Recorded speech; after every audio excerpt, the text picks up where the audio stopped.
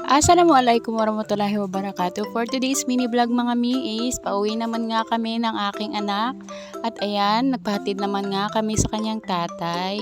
At dito nga ay on the way na nga kami papuntang terminal. Kakauwi lang rin nga ng tatay niya galing trabaho. Bali ang duty niya sa ngayon is panggabi siya at pag umaga ay nandito siya. Nagpaalam nga ako sa kanya at napagkasunduan din namin na doon nga ako mag-birthday sa amin. Nagpapasalamat nga ako sa mister ko dahil napakabait niya at napakamaunawain niya. Dahil nga pinayagan niya nga kaming umuwi sa Brooks. Kaya nga maraming salamat Papa dahil kahit minsan masama ang ugali mo, napakabuti mo pa rin pala. Pero nagpapasalamat pa rin ako sa ugali ng asawa ko dahil hindi siya plastic na tao. Siya kasi yung tao na kapag may mali ay pupunain niya talaga. Kaya nga maraming salamat Papa dahil ikaw ang tumatama sa mga mali ko. Kaya mahal na mahal ka namin ng anak mo. So anyway mga mi, dito na nga kami sa bayan at dumiretso muna nga kami sa FCB para mag-withdraw. Dahil nga wala lang ang mga kapera-pera ang mga taong to. Pwede na! And finally nga mga mi, dito na nga kami sa FCB. At ayan nga, siya nga daw mag-withdraw para makita din nga daw siya sa camera.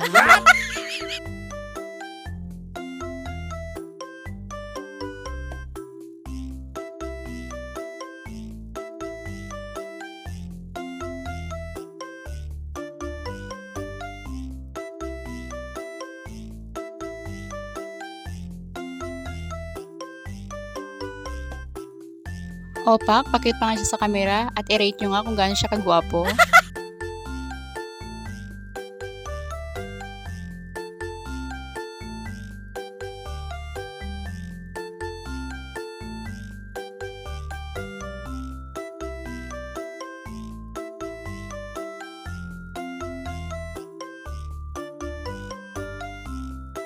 So fast forward nga mga mi, here na nga kami ulit sa bayan, bumalik kami at hindi na nga kami huminto dito sa terminal dahil wala rin namang van.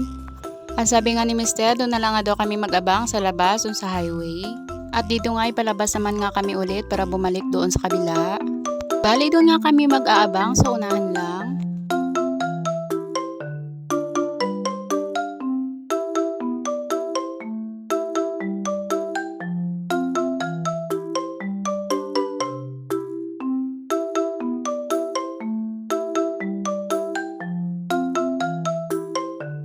At dito na nga mga mi, dito kami mag-aabang ng masasakyan. At ayan, habang nag-aantay nga kami, ayan, kinarga muna siya ng tatay niya dahil mamimiss niya nga ang kanyang baby. Dito na nga mga mi, is may huminto na nga van. So that's all for today's mini vlog mga mi. Thank you for watching.